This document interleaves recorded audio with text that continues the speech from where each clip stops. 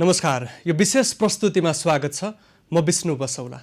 लकडाउनले गर्दा सबै क्षेत्र प्रभावित भएको छ, अर्थतन्त्र धराशायी बनेको छ र ढुकुटी रित्तिने अवस्थामा पुगेको अर्थमन्त्रीले बताइरहेका बेला सांसदले संसद सचिवालयको सवारीमा चढेर बैठकमा पुगेर घर फर्किँदा समेत सवारी बापतको रकम लिएको विषयमा आज हामी केन्द्रित छौँ।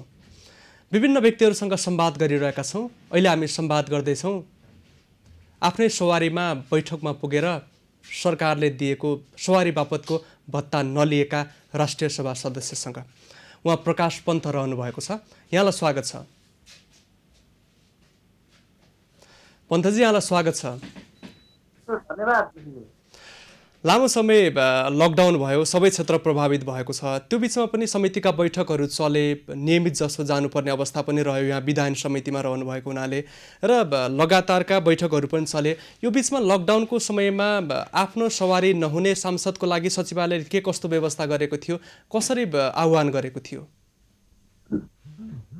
लकडाउनको समयमा पनि अब यो समिति त मिनी पार्लियामेन्ट भएको अरे, त्यो हिसाबले मिनी संसदका रूपमा समितिका बैठकहरू, विभिन्न समितिका सङ्घीय संसदका विभिन्न समितिका बैठकहरू बसिरहेकै अवस्थाहरू थियो। अब त्यसबिचमा अब यो सार्वजनिक यातायात ट्याक्सीहरू नहुँदाखेरि मान्य सांसदज्यूहरूलाई सिंहदरबार आउने जाने, घरदेखि संसद भवनसम्म आउने जाने कुरामा त्यसै पनि कठिनाइ नै थियो मान्य सांसदज्यूहरूलाई। सरकार सचिवालयले सांसदहरू मात्रै छुट्टै गाडीको व्यवस्था पनि गरेको थियो। पदाधिकारीहरूको लागि गाडीको सुविधा छ, तर सांसदहरू चाहिँ त्यो अवस्थामा समिति र संसदमा सचिवालय तपाईँको समितिमा आउने जाने, संसद आउने जाने केही समस्या छैन भनेर सोध्नु भएको थियो। अनि मैले चाहिँ मेरो आफ्नै म स्कुटरबाटै आउने जाने गरेको हुनाले मलाई गाडीको आवश्यकता चाहिँ छैन भनेर, अब घरि बादल पर्यो भने स्कुटरमा समस्या त मेरो राख्ने भन्ने हिसाबले मैले चाहिँ गाडीको प्रयोग गरिनँ। उहाँहरूले सचिवालयले अरू मान्छेहरूलाई सवारी बापतको भत्ता पनि लिनु भएन, होइन? होइन, यस्तो अब मान्य सांसदज्यूहरू मात्र जो समितिका सभापति पनि हुनुहुन्न, अरू पदाधिकारी पनि हुनुहुन्न भने उहाँहरूलाई चाहिँ सवारी बापतको लागि 1000 भत्ता हो। मिटिङ बापत 1000, सवारी बापत 1000, 2000 भत्ता हुन्छ प्रत्येक मिटिङको। संसद सचिवालयले गाडीको सुविधा पनि दिएर अथवा संसद सचिवालय गाडीबाटै आफ्नो सचिवालयको कार्यालयको गाडीले घरबाट अफिससम्म लाने ल्याउने गरिदिएको छ भने चाहिँ अब त्यो फेरि संसद सचिवालय गाडी पनि प्रयोग गर्ने, फेरि भत्ता लिने पनि स्रोत मिल्दैन होला। तर अब गाडी प्रयोग नगर्ने मान्छेहरूले चाहिँ अब फेरि लिनु पनि हुन्छ। अब यो त संसद सचिवालयको गाडीमा पनि गएर संसद भत्ता पनि लिएको विषय आयो। यो त सांसदको जनप्रतिनिधिको नैतिकतासँग जोडिएको प्रश्न पनि त हो। गाडी नै प्रयोग गरेर जाने आउने गरेको छ भने त्यो अथवा त्यो महिनाको भत्ता लिनु भएन। अब कि गाडी भत्ता कतिवटा कुरा हो। अब मान्यज्यूहरूले त्यस्तो दोहोरै सुविधा लिनु भएको छ भने मैले भने जस्तो त्यो चाहिँ नैतिकताको रूपमा ठिक भएन। त्यो त म पनि ठिक भएन भन्छु। अहिले त नागरिकहरू समस्यामा भएको बेला जतिसक्दो जनप्रतिनिधि त नागरिकसँग जोडिने पक्ष हो। नागरिकसँग जति धेरै उत्तरदायी बन्नुपर्ने समयमा जनप्रतिनिधिको भूमिका अहिले सन्तोषजनक खालको छ। यस्ता कुराहरूमा रुमलिरहेको देखियो। अब संसदको बैठकहरू अब खास लामो समय पनि नचल्ला। अब किनकि बजेटका कुराहरू, अब संविधान संशोधनका कुराहरू सकिसकेका छ। अब धेरै त्यसमा अब जनप्रतिनिधिहरू अब जिल्लामै गएर आफ्नो जिल्लामा आफ्नो ठाउँमा जनप्रतिनिधिको हैसियतले स्थानीय कार्य गर्ने, समन्वय गर्ने, जनताहरूको दुःख सुखमा सामेल हुने कुराहरू कति छ त्यो आवश्यक छ। खालि संसद चलिरहेको बेलामा चाहिँ यो अधिवेशन अन्यज्यूहरू जाने, फेरि काठमाडौँ आउने जाने गर्दाखेरि अलिकति यो कोरोना सुरक्षाको हिसाबले चाहिँ हुन्छ कि मान्यज्यूहरू काठमाडौँ जाने आउने गर्दाखेरि कोरोनाको लागि फेरि मान्यज्यूहरूको। हामीसँग सांसद प्रकाश पन्त सम्पर्कमा रहनु भएको छ। उहाँसँग हामी संवादको क्रममा रहँदै केही प्राविधिक समस्याले गर्दा संवाद टुटेको छ। उहाँसँग अहिलेको चर्चामा रहेको विषयमा हामीले संवाद गरिरहेका छौँ। नागरिकसँग प्रत्यक्ष जोडिने जनप्रतिनिधिका विभिन्न किसिमका क्रियाकलाप र विभिन्न किसिमका संलग्नताले नागरिकलाई पछिल्लो समय असन्तुष्ट मात्र होइन, निराश नै बनाइरहेको छ। र अहिलेको अवस्थामा कोरोना सङ्क्रमण देशैभरि छ। विश्वव्यापी समस्याको रूपमा रहेको यो सङ्क्रमण नेपालमा पछिल्लो समय जटिल समस्याको रूपमा देखा परेको छ र सङ्क्रमितको सङ्ख्या बढ्दै जाँदा आर्थिक गतिविधि चलायमान बन्न सकिरहेको छैन।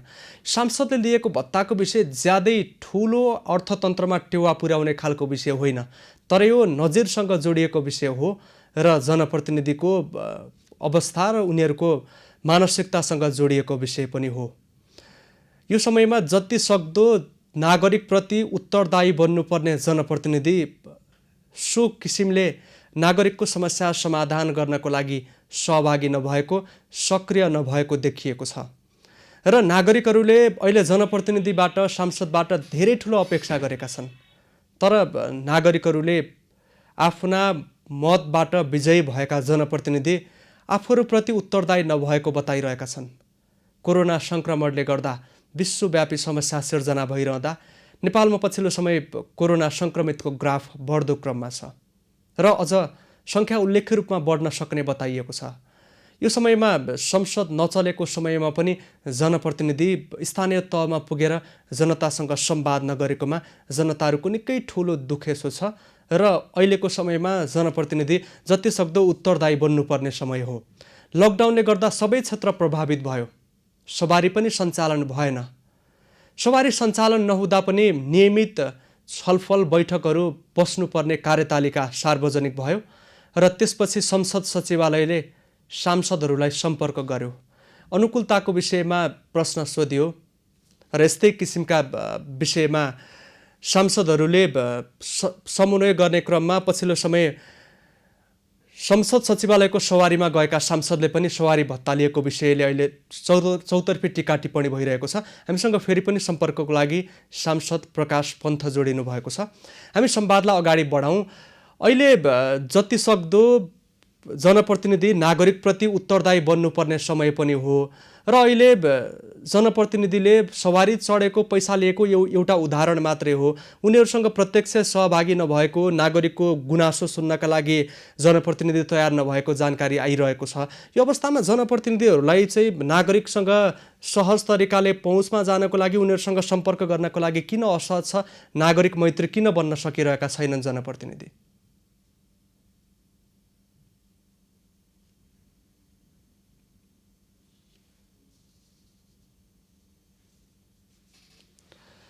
हामी सम्पर्ककै क्रममा रहेका छौँ। हामीसँग सांसद प्रकाश पन्थ सम्पर्कमा रहनु भएको छ।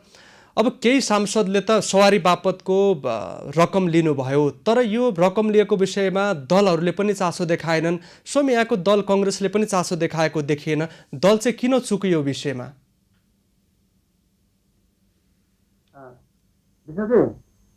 मेरो आवाज सुन्दै हुनुहुन्छ? हेलो विशेष मेरो आवाज सुन्नुभयो हजुरले?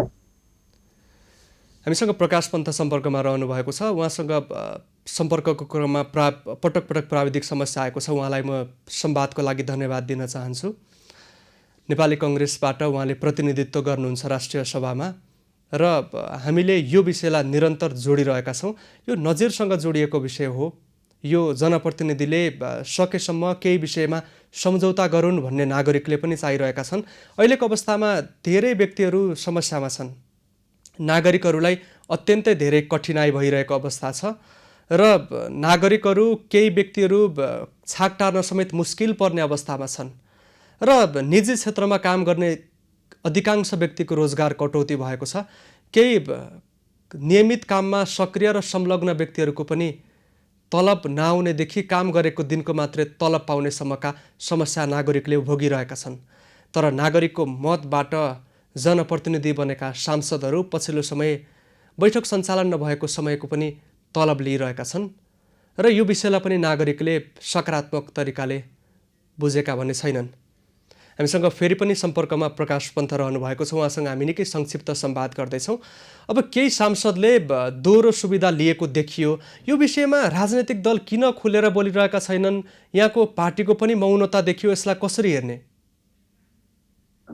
होइन अब त्यो विषय चाहिँ अब खालि एउटा मिडियामा आएको थियो। अहिले हजुरहरूले केही मिडियाहरूमा भर्खर भर्खर मात्रै आइरहेको अवस्था हो चाहिँ अब त्यस्तो कुन कुन सांसदज्यूहरूले कुन कुन मान्यज्यूहरूले दोहोरो सुविधा लिनुभयो। गाडी पनि सचिवालयबाट गाडीको सुविधा पनि लिने र फेरि गाडी बापत भत्ता पनि लिने। त्यस्तो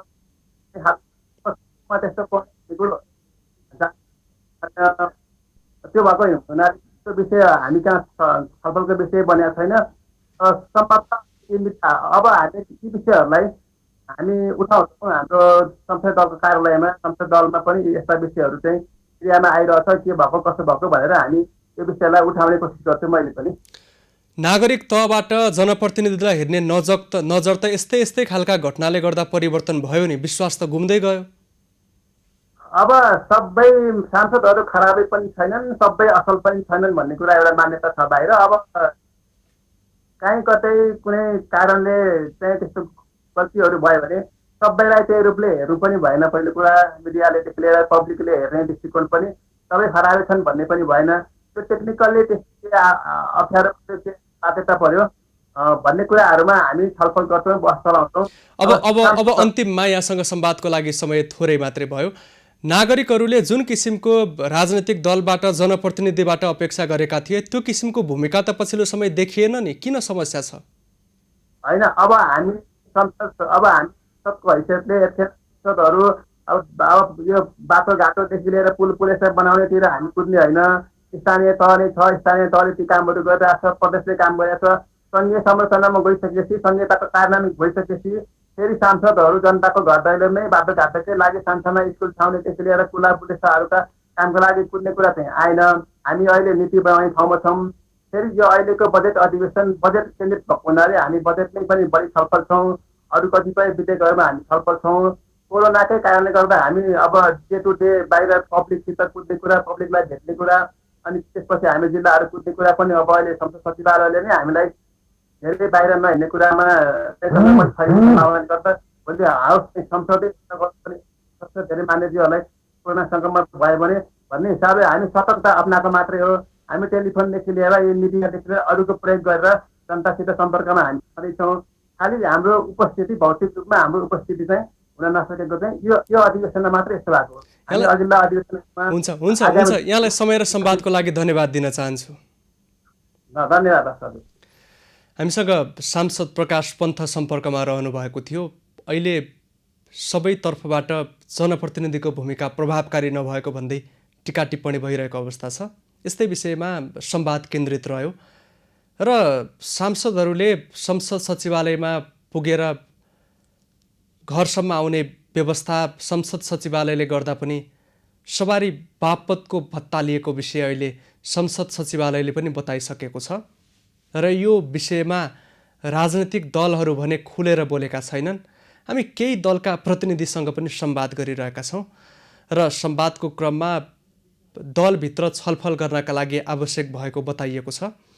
यस्तै खालका क्रियाकलापले गर्दा जनप्रतिनिधिप्रति नागरिकको विश्वास घट्दै गएको छ। केही समय अगाडि काठमाडौँमा घर भएका सांसदले घर भाडा बापतको रकम लिएको विषय सार्वजनिक चर्चाको विषय बनेको थियो। केही सांसदले फिर्ता पनि गरेको अवस्था थियो, केही सांसदले थाहा नभएको जस्तो पनि गरेको देखिएको थियो र थाहा नभएको जस्तो गरेका व्यक्तिहरूको व्यवहारलाई गैर जिम्मेवारपूर्ण पनि भनिएको थियो। संसद सचिवालयका कर्मचारीले सांसदसँग काठमाडौँमा घर भएको नभएको विषयमा यावत विषयमा विवरण अगाडि नै सोध्ने गरेको पनि जानकारी थियो। हामीसँग यति बेला सांसद डाक्टर बिमला पौडेल राई सम्पर्कमा रहनु भएको छ। यहाँलाई स्वागत छ। हस्, नमस्कार हजुर, धन्यवाद। अब यहाँ लामो समयदेखि नेपालको राजनीतिलाई नजिकबाट हेर्नु भएको व्यक्ति अहिले सांसदको रूपमा रहनु भएको छ। अहिले यही समयमा अर्थतन्त्र पनि नराम्रोसँग प्रभावित भयो।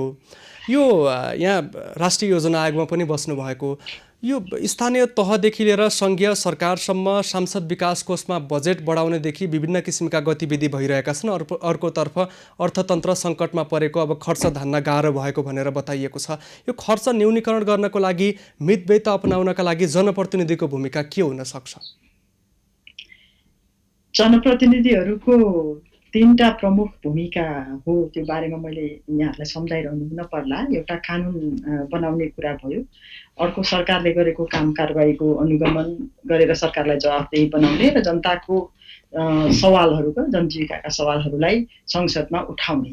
अब खर्चको मितव्ययिता यो तीनटै कुराहरूमा संलग्न हुन्छ। हामीले कानुन बनाउँदाखेरि सरकारलाई चाहिँ यसो गर, यसो नगर, यसो गर्दाखेरि चाहिँ अर्थतन्त्रमा हानि हुन्छ भनेर सुझाव दिने, कानुन बनाउँदाखेरि त्यस्तै खालको कानुन बनाइदिने, यो एउटा महत्त्वपूर्ण काम भयो। अब अहिले सरकारलाई जवाफदेही बनाउने कुरामा चाहिँ हामीले भनिआएको भनेको नेपालमा अहिले चाहिँ यो सार्वजनिक खर्चको पुनरावलोकन गरेको जुन प्रतिवेदन छ त्यो प्रतिवेदनलाई हेरेर त्यो प्रतिवेदनमा भने अनुसार सबै गर्न सकिन्छ सकिँदैन थाहा छैन, कति गर्न सकिन्छ, धेरै समितिहरूलाई गाड्ने कुराहरू, मन्त्रालयहरूलाई चाहिँ पुनर्संरचना गर्ने कुराहरू, अनि अब विभिन्न कुरामा अब अनावश्यक खर्च त सरकारले गर्दैन भन्छु मैले, तर नगरी नहुने खालका कुराहरू बाहेक अरू कुराहरूलाई अहिले प्राथमिकतामा नपरेका कुराहरूलाई चाहिँ अलिकति घटाउने, त्यस्ता खालका कुराहरू घटाउने भन्ने बारेमा हामीले खबरदारी गर्ने हो। त्यो खबरदारी हामीले गरिरहेका छौँ। अब सङ्घीय संसदमा प्रतिनिधित्व गर्ने सांसदको त स्थानीय पूर्वाधार साझेदारी कार्यक्रम अन्तर्गतको रकम घटाइयो, विभिन्न प्रदेशले बढाएको अवस्था छ भनेको सांसदहरू जनप्रतिनिधिहरू त विधायकको भूमिकामा त देखिएनन् भन्ने एकातर्फको टिप्पणी छन्, यहाँको धारणा के हो?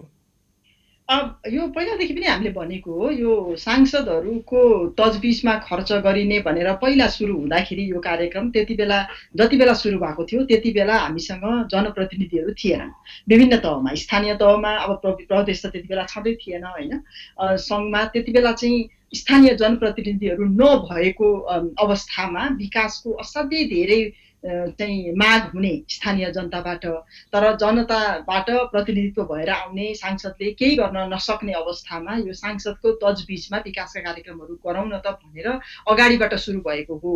अहिले त्यसको राजनीतिक परिवर्तन भएको छ। अहिले हामी चाहिँ अब जनप्रतिनिधिहरू तीनटै तहको सरकारमा जनप्रतिनिधिहरू भएको अवस्था छ, तर त्यही भएर जनप्रतिनिधिहरू विभिन्न तहमा भइसकेको अवस्थामा चाहिँ यो कार्यक्रम चाहिँ पहिलो कुरा त नराख्दै पनि हुन्थ्यो। मलाई साँच्चै भन्नुहुन्छ भने व्यक्तिगत रूपमा त यो कार्यक्रमको आवश्यकता अब छैन, किनभने स्थानीय जनप्रतिनिधिहरू हुनुहुन्छ, उहाँहरूले नै गर्ने हो विकासका कार्यक्रम भनेर नै भन्छु मैले। तर प्रत्यक्ष रूपमा निर्वाचित भएर आउनुहुने सांसदहरूको अहिले पनि एउटा व्यावहारिक समस्या मैले के देख्छु भने जनताले उहाँहरूसँग बाचा गराएका हुन्छन्, यहाँ पुल हाल्ने, यहाँ बाटो हाल्ने भनेर बाचा गराएका हुन्छन्। अब उहाँहरू आउनु भएको छ नीति बनाउने काममा, नीति र कानुन बनाउने काममा हुँदाहुँदै पनि आफ्ना केही आफूले बाचा गरेका केही कुराहरूलाई चाहिँ संयोजन गर्न सकिन्छ कि अगाडि बढाउन सकिन्छ कि भन्ने हिसाबमा यो कार्यक्रम हुनुपर्छ भनेर प्रत्यक्ष निर्वाचित सांसदहरूले लबी गर्दै आउनुभएको अवस्था पनि हो। यो अवस्थामा मैले चाहिँ के देख्छु भने यो पहिला जसरी सांसदको पूर्ण तजबिजीमा खर्च हुने भनेर स्थानीय पूर्वाधार कार्यक्रम राखिएको थियो, अहिले चाहिँ प्रत्यक्ष निर्वाचित सांसदको संयोजनमा स्थानीय तहले नै परिचालन गर्ने गरिकन यो कोषलाई यसरी परिमार्जन गरिएको छ। त्यो हिसाबमा यसलाई एकदम प्रत्यक्ष रूपमा स्थानीय तहले र निर्वाचित अनि त्यहाँबाट अन्य तरिकाले आउनुभएका सांसदहरूले को सुझावलाई लिएर एकदमै प्रत्यक्ष रूपमा जनताको मागलाई सम्बोधन गर्ने गरिकन यो स्थानीय पूर्वाधार कार्यक्रम लैजानुपर्छ भन्ने मलाई लाग्छ। अब यहाँ चाहिँ विदेशमा पढ्नु भएको व्यक्ति, विभिन्न राष्ट्रिय अन्तर्राष्ट्रिय संस्थामा विकास साझेदार संस्थाहरूमा विकास विज्ञको रूपमा रहनु भएको व्यक्ति, राष्ट्रिय योजना आयोगमा समेत रहनु भएको व्यक्ति, अहिले खर्च कटौती गर्नको लागि समस्या छैन भनेर सबैतर्फबाट भनिएको छ। यद्यपि राष्ट्रिय खर्च अब गर्नको लागि पुँजी अभाव भएको पनि भनिएको छ। यो समयमा विकास बजेट घटाएर अब देशभित्र अन्य क्षेत्रमा खर्च गर्नतर्फ लाग्नुपर्छ भन्ने आवाज उठिरहेको छ। अहिलेको अवस्थामा यो उठेको विषय चाहिँ कति व्यवहारिक हो?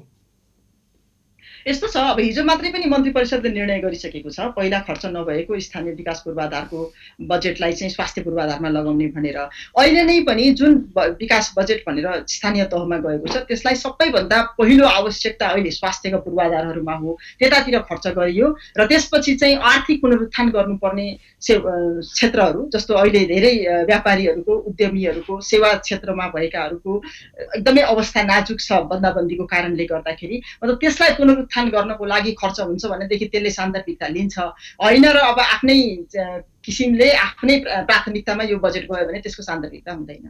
तर खर्चको आवश्यकता चाहिँ हो र अहिले खर्च घटाउनु पर्ने पनि आवश्यकता चाहिँ एकदमै धेरै छ। फजुल खर्चलाई नियन्त्रण गर्नै पर्छ।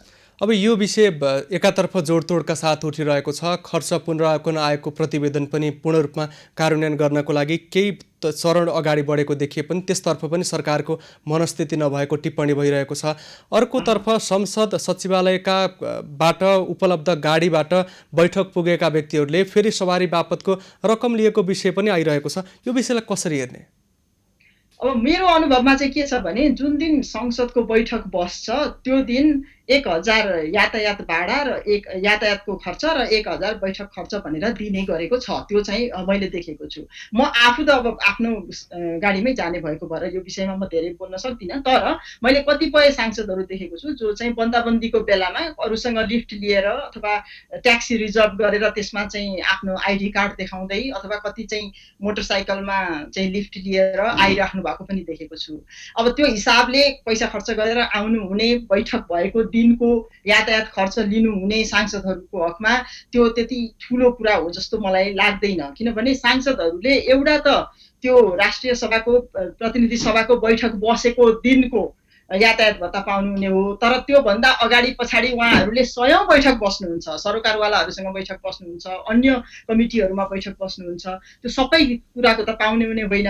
त्यो हिसाबमा एउटा र अर्को चाहिँ खर्चै गरेर आइपुग्नु हुने सांसदहरूलाई त यातायात भत्ता 1000 रुपियाँ खर्च हुन्छ नै। तर कुनै कुनै सांसदहरूलाई यदि चाहिँ अब त्यो पनि मलाई त्यति धेरै जानकारी छैन, तर कुनै कुनै सांसदहरूलाई छरिएर बस्नुभएका सांसदहरूलाई संसद सचिवालयले गाडीको व्यवस्था गरेको हो भने त्यो दिनको नलिँदाखेरि राम्रो हुन्छ। मान्यज्यू, यो त यसले अर्थतन्त्रमा धेरै ठुलो टेवा पुर्याउने पनि होइन, तर यस्तै यस्तै विषयले गर्दा नागरिकहरूको जनप्रतिनिधिप्रतिको विश्वास गुमेको छ। यो त नैतिकताको प्रश्न हो नि?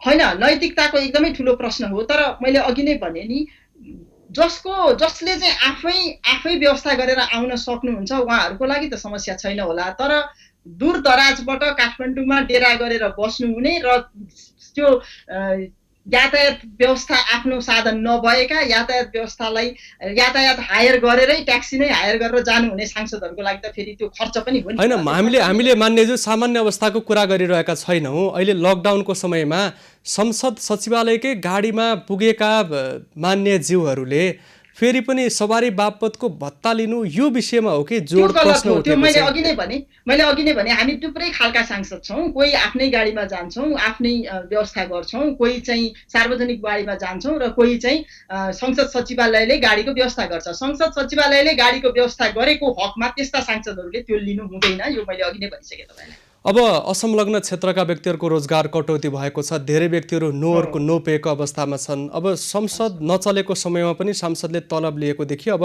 हाउस बन्द भएपछि पनि नोहरूको नोपेको अवधारणा संसदभित्र किन प्रवेश गर्न सकिँदैन, किन प्रवेश गराउन सकिँदैन भन्ने खालको आवाज उठेको छ। सांसदलाई नोहरूको नोपेको अवस्थामा ल्याउनका लागि अहिलेको अवस्थामा नसक्ने अवस्था छ र?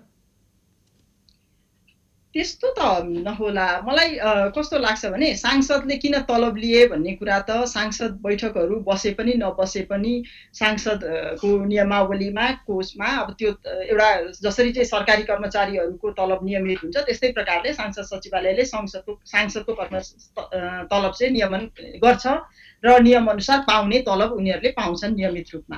अब साह्रै गाह्रो भयो, भोलि तलब कट्टा गर्नु पर्यो भने सायद सरकारले निर्णय पनि गर्छ होला र कटाउनु पर्छ भने त्यहाँ कटाउनु पनि पर्ने अवस्था आउँछ। अब अहिले कटाउनु पर्ने अवस्था आएको छैन होला, दिइराखेको छ। नियमित रूपमा पाउने तलब पाइरहेका छन्। तर कानुनले नदिएको कुरामा, कानुनले वर्जित गरेको कुरामा र अनावश्यक खर्च चाहिँ गर्ने कुराहरूमा चाहिँ सांसदहरू पछाडि हट्छन् र पछाडि हटेकै छन् जस्तो पनि मलाई लाग्छ। यसमा चाहिँ एकदम त्यो बैठक नबसेको दिनको सुविधा पाएको अथवा चाहिँ त्यो यातायात त्यो त्यहाँ चाहिँ नआइकन चाहिँ सुविधा लिएको अथवा चाहिँ त्यो संसद सचिवालयले गाडी दिएपछि पनि सुविधा लिएको त्यस्तो भयो भनेदेखि चाहिँ प्रश्न उठाउनु स्वाभाविक हो। तर अहिले नियमित रूपमा तलब पाए भनेको त एउटा कुरा के विचार गर्नुहोस् भने सांसदहरू सांसद भएर आउँदाखेरि आफ्ना सबै अन्य प्रोफेसनलिजमहरू, अन्य प्रोफेसनल कामहरू छोडेर यसैलाई चाहिँ फुल टाइम काम, एकदम चाहिँ यो फुल टाइम नै हो मेरो यो काम भनेर नै आएका हुन्छन्। धेरै जसो चाहिँ दूरदराजबाट थुप्रै जिल्लाहरूबाट काठमाडौँमा डेरा गरेर बसेको हुन्छ। अब उहाँहरूले तलब पाउनु हुँदैन भनेर भन्नुभयो भने त यो पनि त्यति व्यावहारिक हुँदैन होला जस्तो लाग्छ। अब हामी करिब अन्तिममा छौँ। अहिले सङ्कटको अवस्थामा जनप्रतिनिधिको भूमिका अझ बढी प्रभावकारी बन्नुपर्ने हो, तर नागरिकको तहबाट धेरै प्रकारको गुनासो छ। सांसदहरूले नागरिकप्रति विश्वास बढाउनका लागि के गर्न सक्थ्यो? अहिलेको अवस्थामा कहाँनिर कमी छ? हामी अन्तिममा छौँ, संक्षेपमा जवाब चाहन्छु। सांसदहरूले थुप्रै मेहनत गर्नुपर्ने जरुरी छ। दुईटा कुरा छ। एउटा चाहिँ सर्वसाधारणले पनि सांसदहरूलाई हेर्ने दृष्टिकोण, जहिले पनि हामी नकारात्मक सोचबाटै मात्रै जानु पनि भएन। अलिकति के गर्दैछन् सांसदहरूले, यसो गर्नु पर्यो भनेर सांसदहरूलाई झकझकाउने कामहरू पनि गर्न जरुरी छ। नकारात्मक रूपले टिप्पाटिप्पणी गर्नुभन्दा जनसरोकारका विषयहरू यी हुन्, यिनीहरू उठाउ भन्नुपर्ने जरुरी छ। अर्को, सांसदको तर्फबाट हेर्दाखेरि चाहिँ थुप्रै गृह कार्य गर्नुपर्छ। सांसद हुँदाखेरि मैले देखेको चाहिँ कानुन, हामी सबै विषयका ज्ञाता हुँदैनौँ, त्यो भएर विभिन्न विषयका कानुनहरू आइरहेका हुन्छन्। त्यसलाई एकदम राम्रोसँग हेरेर विषयविज्ञहरूसँग छलफल गरेर जनताका सरोकारहरूलाई त्यो कानुनमा सम्बोधन गर्ने खालको बहुत महत्त्वपूर्ण काम छ। त्यसमा चाहिँ एकदम प्रभावकारी रूपमा काम गर्नुपर्ने देख्छु। र दोस्रो, मैले सांसदहरू सबैले गर्दै आउनुभएको र गर्नुपर्ने भनेको जनताका जनसरोकारका विषयहरूलाई संसदमा उठाएर सरकारलाई त्यो जनसरोकारका विषयहरूलाई सम्बोधन गर्नको लागि बाध्य बनाउने, जवाफदेही बनाउने, त्यो काम असाध्यै महत्त्वपूर्ण छ। यसमा चाहिँ हामी रेगुलर नियमित रूपमा संसद जाने आउने गरेर मात्रै हुँदैन, विभिन्न सरोकारवालाहरूसँग भेट्नुपर्छ, छलफल गर्नुपर्छ, उहाँहरूका कुराहरू सुन्नपर्छ र उहाँहरूका कुराहरूलाई संसदमा लगेर सम्बोधन गराउनुपर्छ, सरकारलाई जवाफदेही बनाउनुपर्छ। एउटा मिसिङ कुरा चाहिँ के छ भने, जति पुरा सांसदहरूले जनताका सरोकारका कुराहरू, विकासका कुराहरू, कार्यान्वयनका कुराहरू, कति प्रोजेक्टहरू कार्यान्वयन नभएर थला परेका छन्, यस्ता कुराहरूको विषयमा संसदमा आवाज उठाउँछ। तर सम्बन्धित मन्त्रालयबाट सम्बन्धित सरोकार निकायले आएर सम्बोधन नगरिदिँदाखेरि चाहिँ जनतालाई चाहिँ कस्तो पर्छ भने यी सांसदहरू कराउने मात्रै हुन्, केही पनि हुँदैन यिनीहरूबाट भन्ने कुरा पर्छ। त्यसले गर्दाखेरि पनि धेरै नकारात्मक टिप्पणीहरू भइरहेको छ। यसमा चाहिँ सरकार पनि अलिकति संवेदनशील हुनपर्छ। सांसदले उठाएका काम, पुरा सवालहरूलाई सम्बोधन गर्न जरुरी छ। त्यो हुन्छ, यहाँलाई समय र संवादको लागि धन्यवाद दिन चाहन्छु। हस्, धन्यवाद यहाँलाई पनि। नमस्कार। हामीसँग डाक्टर विमला पौडेल राई सम्पर्कमा रहनुभएको थियो। उहाँ राष्ट्रिय सभा सदस्य हुनुहुन्छ। यो विषयमा हामी निरन्तर सम्बन्धित व्यक्तिहरूसँग संवाद गरिरहेका छौँ र हामी फेरि आउनेछौँ। हामीसँगै रहनुहोला।